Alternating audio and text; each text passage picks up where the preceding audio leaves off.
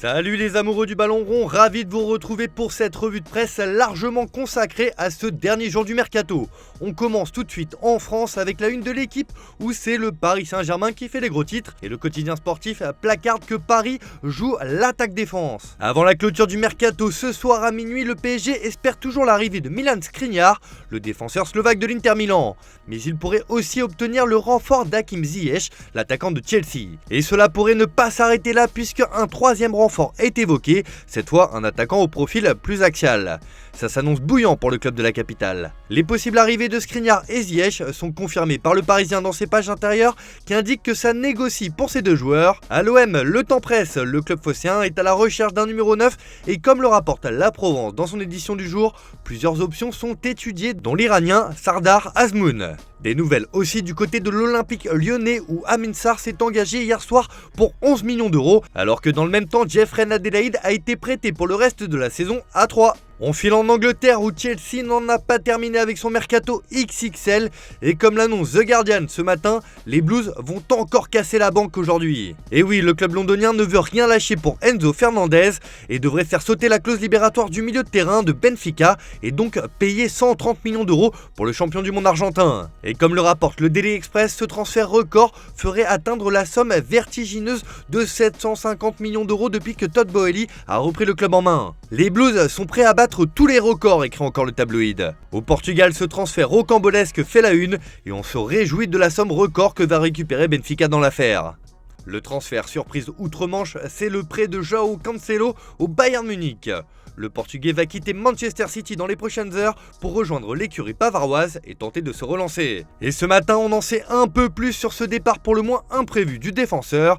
Et comme l'indique le Daily Mail ce matin sur sa une, ce sont les relations difficiles avec Pep Guardiola qui ont scellé le départ de Cancelo. Sortez d'ici, placarde le quotidien qui précise qu'un clash à l'entraînement entre les deux hommes aurait tout fait basculer. Le coach espagnol aurait donc demandé à son défenseur de quitter le club.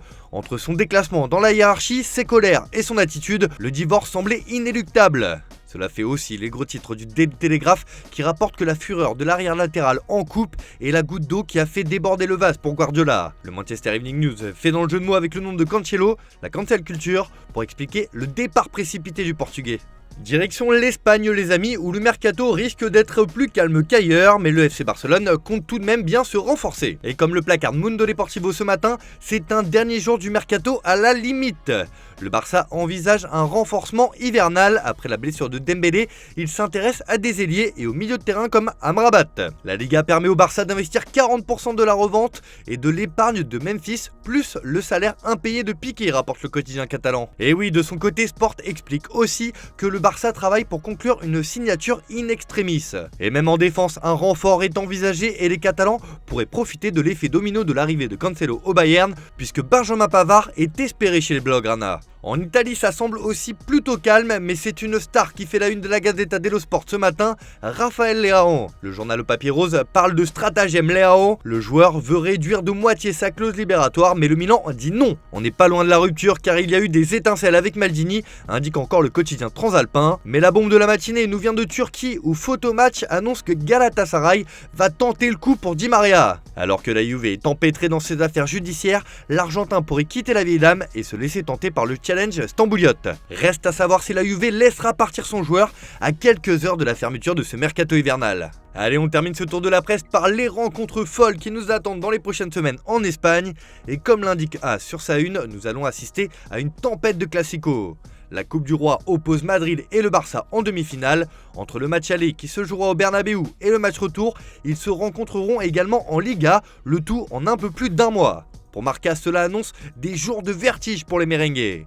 Madrid fait face à un calendrier atroce, 3 classicos, un derby, un match aller-retour contre Liverpool, la lutte pour la Liga et la Coupe du Monde des clubs en vue. Madrid et Barcelone se rencontrent 3 fois en seulement 35 jours. L'équipe d'Ancelotti a 16 matchs très exigeants à disputer au cours des 2 prochains mois. Alors que de son côté, Sport se réjouit d'assister à ce triplé de classicos. Voilà, c'est tout pour ce matin. Bonne journée à tous. Merci de votre fidélité. On se retrouve au fil de la journée pour les différentes éditions du JT et ne rien louper de cette dernière journée du mercato. Et surtout à 19h en live sur notre Twitch pour une grande émission.